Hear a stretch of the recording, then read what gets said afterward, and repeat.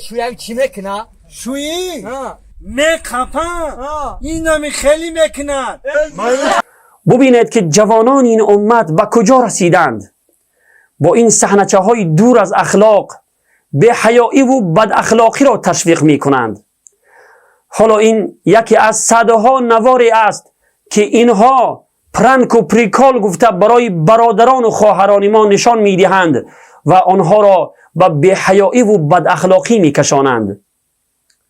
شما خود قضاوت کنید که این گونه صحنه های بی‌حیایی چقدر در اخلاق جوانان و نورسان تأثیر بدی خود را می گذارد.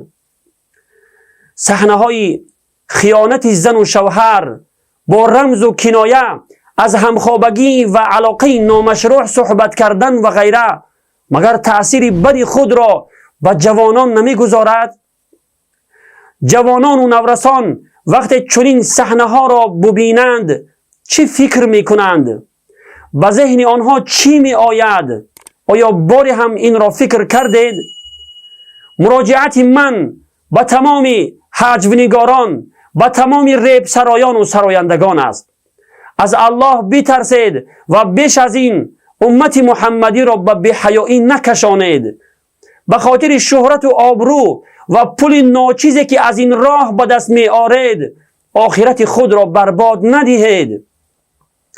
از این کارهای شیطانی دست بکشید ورنه انتظار عذاب دردناکی از جانب الله باشید. خداوند در قرآن کسانی را که تنها دوست داشتند که در بین مؤمنان بی‌حیایی پهن شود برای آنها عذاب دردناکی وعده کرد. آنها فقط دوست داشتند، خود آنها بی‌حیایی را پهن نکرده بودند. پس شما که خودتان بی‌حیایی را پهن دارید آیا از عذاب الله نمی ترسید؟ الله رب العالمین می فرماید ما اصابکم من مصیبت فبما کسبت ایدیکم. هر بلا و مصیبت و سختی که بر سر شما می آید به سبب گناهانی است که شما انجام داده اید.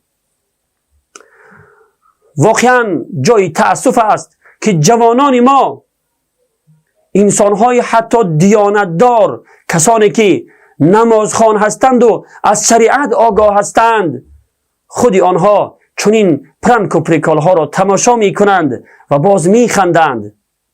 بسیار جای تأسف است. برادران و خواهران عزیز، چنین نوارهای شیطانی را دستگیری نکنید. لایک مونده به دیگران نرسانید. شما دارید با دستان خود بی‌حیایی بد اخلاقی را در جامعه پهن دارید. از الله بترسید برادران و خواهران عزیز. یادمان باشد که کیش ما چه بود، آتش و آتش پرستی در سجود. هدیه آورد سوی ما یار رسول، دین را چون ماه تابان در هلول. آری آن ناجی از جنس بشر، آن راد مردی که نامش بود و مرد، دین حق را هدیه آورد سوی ما